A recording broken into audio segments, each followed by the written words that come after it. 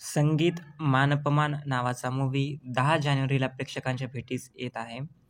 तर माझ्या काय एक्स्पेक्टेशन्स आहेत या मूव्हीकडून तेच आपण या व्हिडिओमध्ये पाहूयात.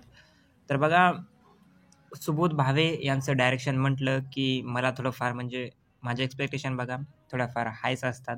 सध्या जो रिलीज झालेला मूव्ही आहे मुक्काम पोस्ट बोंबिलवाडी, त्याही चित्रपटाकडून मला खूप एक्स्पेक्टेशन आहेत. मला असं वाटतं एक 10-15 कोटींची कमाई त्या मूव्हीने करावी. परंतु त्यापेक्षाही जास्त मला असं वाटतं की जसं संगीत मान हा मूव्ही आहे, हाही चित्रपट सुमित भावेंचा जो अगोदरचा मूव्ही होता कट्यार काळजात घुसली, त्या चित्रपटाने प्रमाणेच एक कल्ट क्लासिक सिनेमा असावा.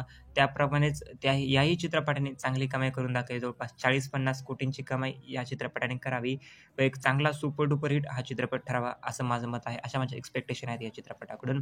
स्टोरी लाईन असेल किंवा बाकीच्या गोष्टी हे तर सर्व काही टॉप नॉच असावंच, परंतु त्यासोबतच मराठी प्रेक्षकांनी 2025 मधील एक असा सिनेमा जो की बॉक्स ऑफिसवरती काहीतरी एक वेगळं बेंचमार्क ज्यांनी सेट केलेला आहे, असा हा चित्रपट ठरावा मला तरी वाटतं.